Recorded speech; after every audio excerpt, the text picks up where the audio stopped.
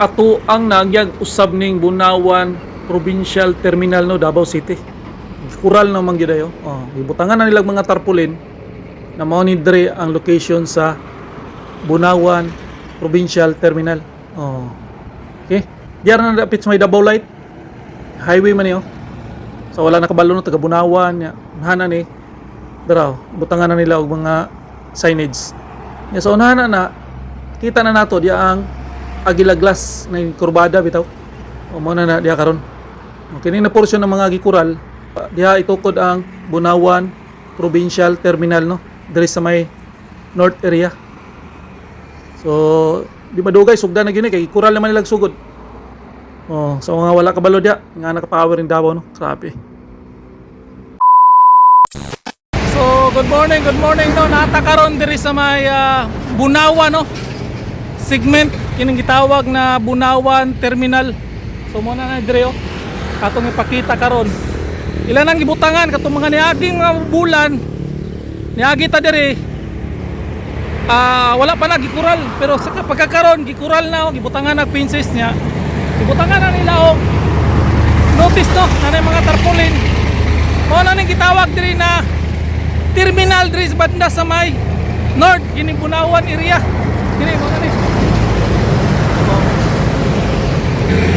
Karon gibutangan na gid nila og ano notice to the public unya nanay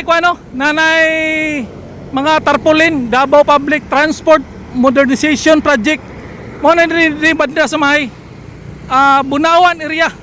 So karon mo na niyo kini area ha kural nya Davao Light man na diya nya dire padong og Davao kini padong og Panabo Tagum.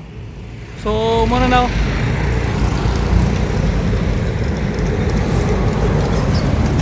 So mo na latest update no. Update lang ni siya sa banda diri may bandang Bunawan.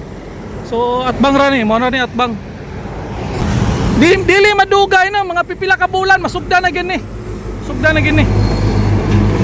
Kay butangan naman nila og kuan ang ilang giuna usa katong Kalinan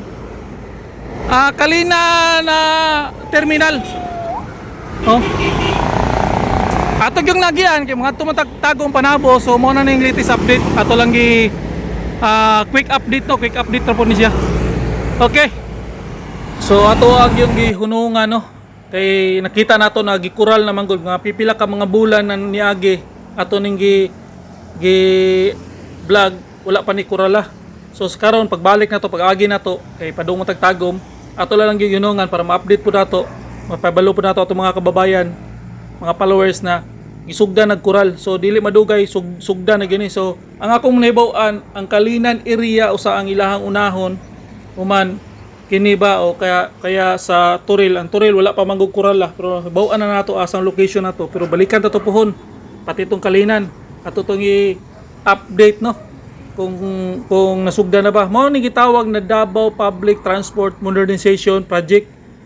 Mao ni mga bag-ong terminal diri sa north kay tulo man ni ka terminal na sa Kalinan napud sa Turil. So mao ni ang gikan sa north diri na ang ilahang terminal diri sa Bunawan. So mao ni gitawag sa una na Ulingan man ni Ulingan area. So nani sa 2.1 hectares no. So tama-tama sakto gini kadako. Pohon-pohon og masugdan gini construct ning terminala niya makaranas gini gamay ka traffic aning Bunawan area no. Unya kay nabalikan naman gyud nato ni gikan ta og tagom ato lang po masadahan og video para makita gyud nato nog duol no. So mao na niyo kining gikural puti. So mao ni ang bag-ong terminal diri sa Bunawan Davao City. So nasa 2.1 hectares do ni. Dako sab ni. Nya daraw. Package to. Davao Public Transport Modernization Project. So ni mga project diri sa Davao na dili basta-basta no. Kini mga modern na bus diri sila. Nya mga depo na dito sa Pandas Panaka na po sa buhangin. So terminal ra ni diri.